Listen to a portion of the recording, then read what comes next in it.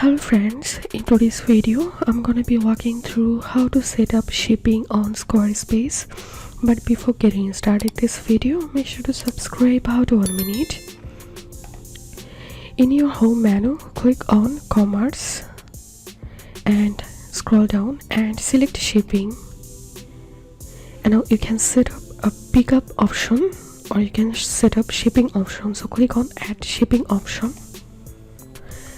And now select an option from this list. So I'm going to selecting here flat rate, and I'm giving option name here,